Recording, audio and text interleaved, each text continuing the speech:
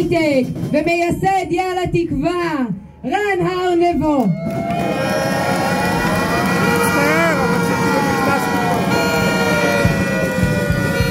שלום, שלום, שלום לכל האנרכיסטים של הצפון. כמה אנרכיסטים, כמה אנרכיסטים. זאת זכות גדולה ממש להיות פה. ראיתי את השקיעה מאחורה על העמק, היא הייתה יפהפייה. זה מרגש לעמוד פה. תודה רבה לכולכם שבאתם מכל הלב. תודה.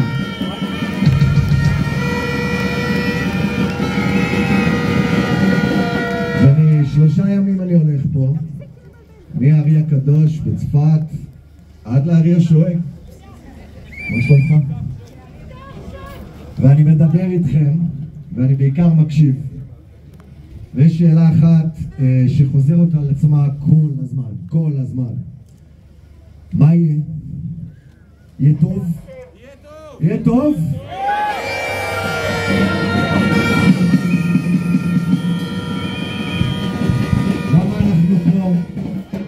למה אנחנו פה? למה אנחנו צועדים? אז חשבתי על זה, ואני רוצה לנסות לתת לכם את התשובה שלי. אנחנו צועדים וצעדנו ב3 ימים האחרונים כי אנחנו הגענו לשלב החמישי במאבק. אנחנו הגענו לשלב החמישי. השלב הראשון לקח עשרות שנים, ובשלב הראשון אנחנו נרדמנו. אנחנו כולנו נרדמנו. הלכנו לענייננו, לכיסנו, ליצירתנו, השקענו במשפחות, בפרנסה, עבדנו במשק, הקמנו מעצמת טכנולוגיה. השארנו לאחרים להתעסק בזה. ויתרנו על הזהות שלנו שנרמסה בשיטתיות, וראינו איך איכות הפוליטיקאים שלנו מדרדרת. הזנחנו, המשכנו הלאה, נרדמנו.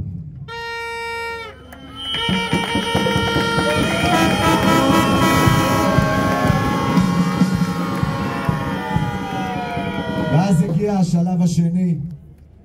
בשלב השני הותקפנו.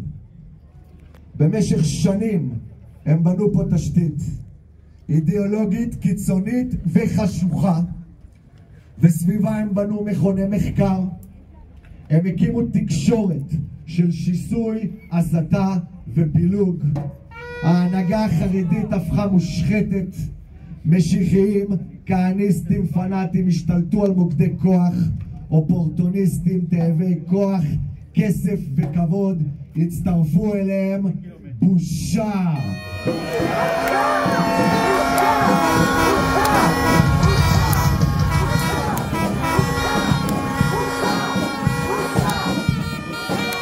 לשרוף הכל, שנאת הכל, שנאת צה"ל והשב"כ והמוסד, שנאת הדמוקרטיה, ובראש ובראשונה הבלם היחיד בדמוקרטיה הישראלית, בית המשפט העליון. 6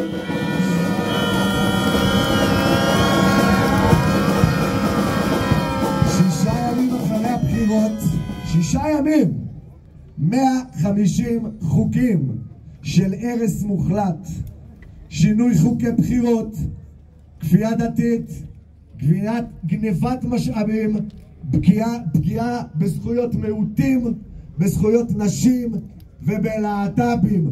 השלב השני, הותקפנו.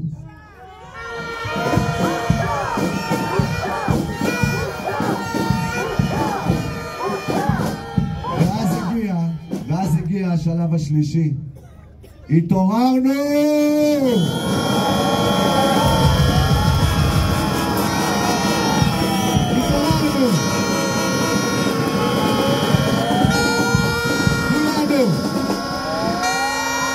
מיליוני ישראלים התעוררנו על החיים שלנו. מצומת גומא עד אילת, מצומת גומא, אמרו לי שאני לא עושה, מצומת גומא עד אילת.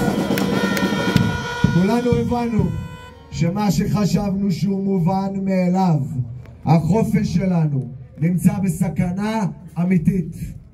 אנחנו פה בשבוע 36. למעלה מ7 מיליון איש השתתפו בהפגנות עד היום. לא הייתה התעוררות כזאת מעולם באף מקום בעולם.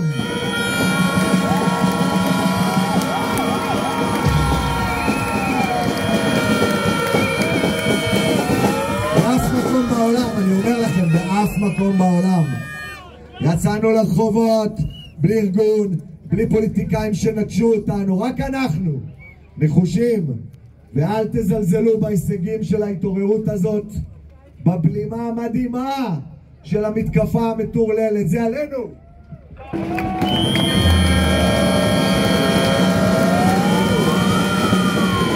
כי אנחנו בסוף היום, ורק אנחנו, האנשים להם חיכינו.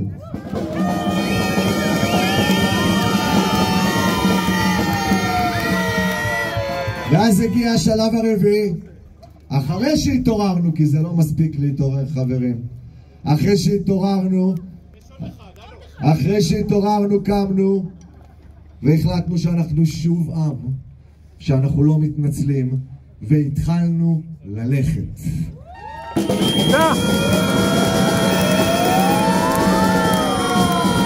ארגוני מחאה, מחאת הצפון, ארגוני נשים, ארגוני מילואימניקים, הדרוזים האהובים שבאו לפה היום בערב,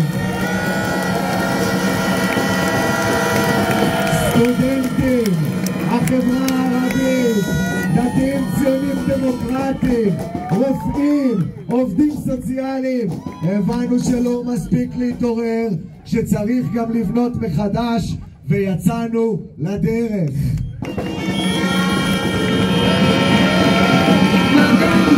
בבוקר הוא מרגיש כאילו הוא מתחיל ללכת, חובה נפגש במקום שלו.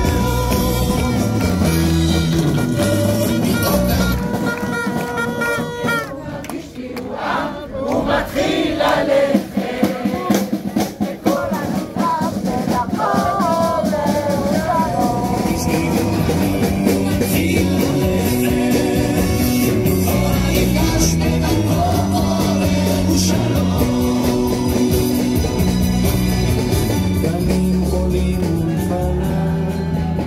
למעלה מ150,000 איש צעדו איתנו לירושלים לפני חודש וחצי.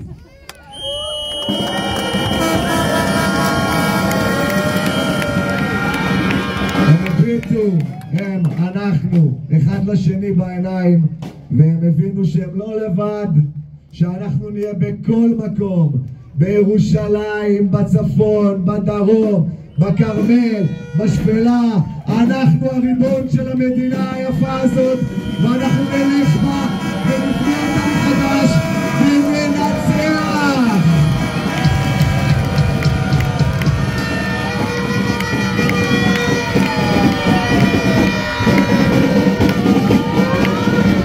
אז אנשים שאלו אותי מה יהיה, והם שאלו אותי למה אנחנו צועדים, ואמרתי להם את מה שיש לי להגיד לכם פה היום הערב. אנחנו נכנסים לשלב החמישי, שלב התקווה. כי אין עתיד לעם שאין לו דרך, שאין לו אמונה, שאין לו חזון, שאין לו תקווה.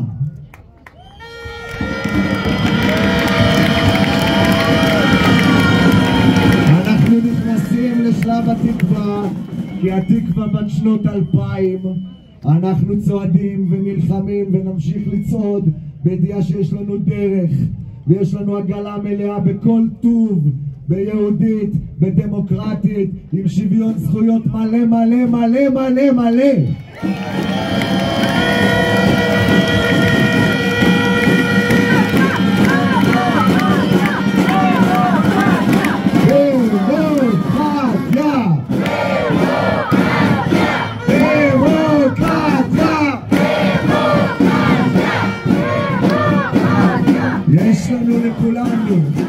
יש לנו תקווה ויש לנו כוח עצום ביחד.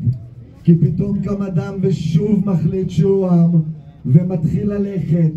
כולנו ביחד, בסבלנות, בנחישות, נבנה מחדש את התקווה. נילחם עד שננצח רק על דבר אחד, להיות עם חופשי בארצנו. תודה רבה לכם.